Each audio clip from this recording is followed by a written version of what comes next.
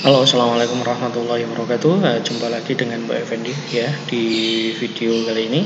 Video kali ini untuk video pembelajaran hari Kamis tanggal berapa ya, Rek? Tanggal berapa itu ya? Ya, tanggal 13. Ya, video ini untuk pembelajaran tanggal 13 hari ini tanggal 13 bulan Agustus tahun 2020 ya. 4 hari lagi kita akan merayakan Hari Kemerdekaan Republik Indonesia ya. Yang ke-75. Biasanya kita akan melaksanakan upacara bendera, tapi nggak tahu, mudah-mudahan tahun ini masih bisa melaksanakan upacara bendera meskipun kondisinya lagi tidak baik. Oke, hari ini kita akan belajar tentang kalimat efektif. Bisa dilihat LKS-nya halaman 19 ya. Di situ ada materi tentang kalimat efektif ya. Pak, materi kalimat efektif itu apa? Kalimat efektif itu kalimat yang mengandung kaidah-kaidah bahasa Indonesia seperti kata baku, kemudian tidak menggunakan pemborosan kata dan lain-lain. Ya, bisa dilihat halaman 19 ya. Di situ Pak Effendi akan menjelaskan sedikit. Ya, kalimat efektif. Kalimat efektif adalah kalimat yang disusun berdasarkan kaidah-kaidah bahasa Indonesia yang berlaku seperti unsur-unsur penting yang harus dimiliki setiap kalimat seperti subjek dan predikat. Ya, setiap kalimat efektif itu wajib memiliki subjek dan predikat.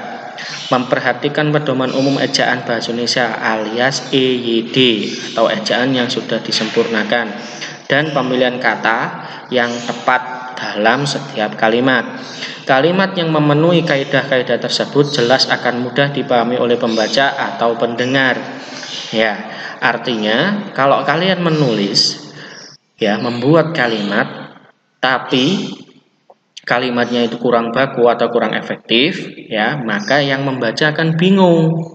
Ya, yang membaca akan bingung apa maknanya, apa artinya. Maka penting bagi kita untuk menulis kalimat itu tuh seefektif mungkin dan sebaku mungkin agar setiap orang yang membaca tulisan kita itu bisa mengerti apa maknanya, apa artinya ya.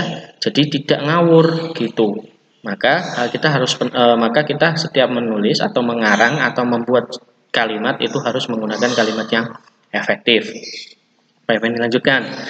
Sebuah kalimat dikatakan efektif bila informasi yang disampaikan dengan yang diterima memiliki samaan makna. Kalimat yang memiliki makna ganda kemungkinan memiliki ambiguitas. Nah, ambiguitas itu apa, Pak? Bahasanya ruwet. Nah, ambiguitas itu adalah ketidakpastian. Nah, kebingungan, ambigu itu bingung. Kemudian atau ketaksaan informasi ya, ketaksaan informasi, ketidakjelasan informasi. Ciri-ciri kalimat efektif dapat dikenali sebagai berikut. Yang pertama, cirinya memiliki unsur penting atau minimal subjek dan predikat. Kalau bisa subjek, predikat, objek, keterangan. Itu kalau bikin kalimat harus lengkap kalau bisa ya, sehingga orang yang membaca itu paham arti kalimatnya ini apa gitu. Kemudian menggunakan struktur bahasa yang tepat atau menggunakan struktur bahasa yang baku, memenuhi kaidah ejaan yang berlaku, kemudian menggunakan pilihan diksi yang tepat sesuai dengan kebutuhan. Nah, jadi kita kalau membuat kalimat itu harus yang efektif, menggunakan ejaan yang sudah disempurnakan, tidak menggunakan kalimat yang boros. Ya, Pak, materi ini keluar apa enggak di UNAS? Keluar. Jadi materi ini keluar biasanya kalau enggak soal 20. Ya, di soal nomor 20, 21, 23, 2 sampai 23 itu biasanya kalimat efektif materinya. Jadi kalian akan disajikan sebuah kalimat atau sebuah paragraf, kemudian nanti kalian disuruh mencari mana kalimat yang salah, mana yang benar, atau kalian disuruh membenarkan kalimat yang salah. Seperti itu materinya. Seperti contoh yang halaman 19 yang tengah-tengah itu.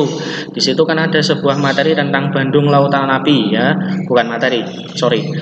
Sebuah paragraf tentang Bandung Lautan Api. Nah, di situ kan ada yang kata-kata yang dicetak tebal itu kalimat yang salah. Nah, di situ harus dibenarkan supaya benar seperti apa. Nah, Bisa kalian lihat di bawahnya itu adalah contoh kalimat efektif, contoh kalimat yang tidak efektif kemudian dibenarkan menjadi kalimat efektif.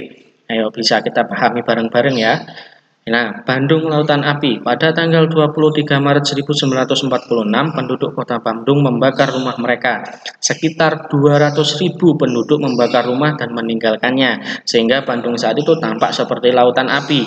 Peristiwa ini terjadi karena ultimatum tentara sekutu kepada DKR untuk meninggalkan kota Bandung. Karena keadaan yang tidak memungkinkan untuk melawan tentara sekutu, maka TKR bersama rakyat mengosongkan kota Bandung menuju pegunungan selatan Bandung.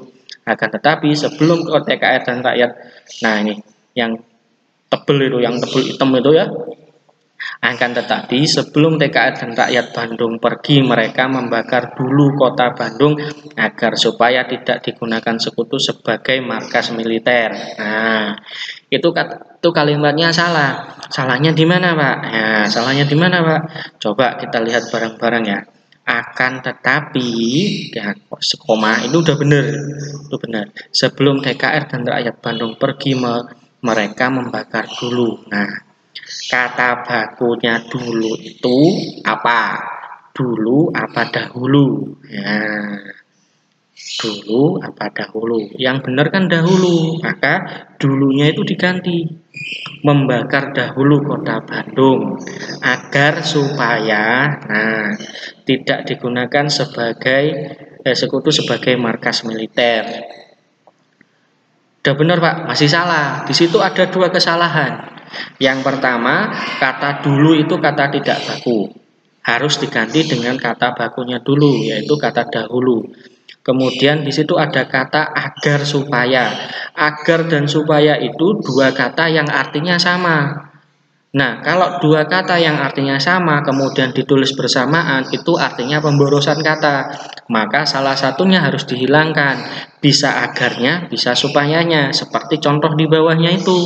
Ya, contoh di bawahnya itu kan akan tetapi sebelum TKR dan rakyat Bandung pergi, mereka membakar dahulu. Yang tadinya kan dulu kota Bandung agar, nah supayanya hilang, tidak digunakan menjadi markas militer sekutu. Itu yang pertama, yang benar. Yang kedua, akan tetapi sebelum TKR dan rakyat Bandung pergi, mereka membakar dahulu kota Bandung supaya agarnya yang dihilangkan, supaya yang dimunculkan. Nah, itu karena dua kata yang sama artinya, maka salah satunya boleh dihilangkan supaya tidak terjadi pemborosan kata, digunakan sebagai markas militer. Nah, kira-kira seperti itu ya kalimat efektif itu.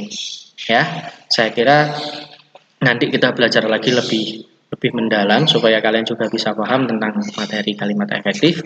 Ya, minggu ini Pak Effendi nggak ngasih tugas. Ya, hari Rabu kemarin Pak Effendi nggak ngasih tugas, hari ini hari Kamis Pak Effendi juga nggak ngasih tugas. Ya, cukup kalian dengarkan videonya Pak Effendi. Ya, tapi yang hari ini silakan dicatat ya, silakan dicatat, silakan diringkas seringkas mungkin. Tapi tidak ada tugas, tidak usah dikumpulkan. Bonus hari ini buat kalian. Ya, sekian dari Pak Effendi. Pak Effendi mohon maaf. Pak Effendi akhiri. Assalamualaikum warahmatullahi wabarakatuh.